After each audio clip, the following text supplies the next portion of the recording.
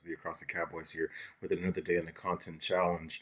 Um, Earlier today, I was listening to 105.3 The Fan, and here we are. We've entered draft season, and somebody, Zach Wolchuk, was just breaking down a mock draft that somebody did. So forgive me for not knowing who. And the reason I'm bringing this up is the person who did the mock draft had the Cowboys drafting a running back in the second round, and the player was Jalen Wright, running back out of Memphis, I believe. And I don't know too much about these prospects. I'll leave that up to my guy CD Piglet. If you ever have a question about a prospect, he's the guy to ask. My co-host, the greatest co-host in the world. Again, that's CD Piglet. You can find him on Twitter at CD Piglet, all one word.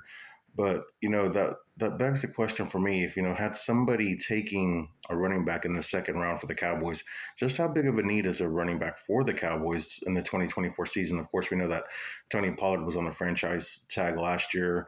Will we bring him up? Rico Dowdle yet again proved that he couldn't really stay healthy, but when he got his opportunities, he looked pretty good. How should the Cowboys approach this? Because there's a lot of bigger name free agents.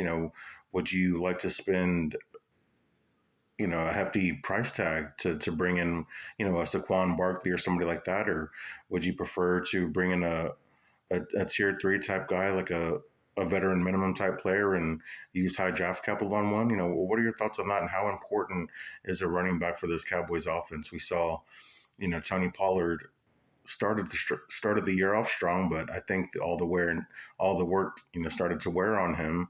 And Dak had an MVP type season, and we didn't really have a run game. So, of course, the run game is going to help every quarterback, but just how important is a good run game for this team and for Dak Prescott?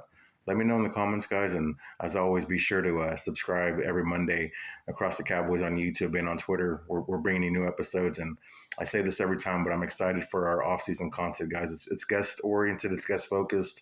We like to entertain and most importantly inform. And I hope you guys will uh, tune in and let us know what you think. You guys have a good night.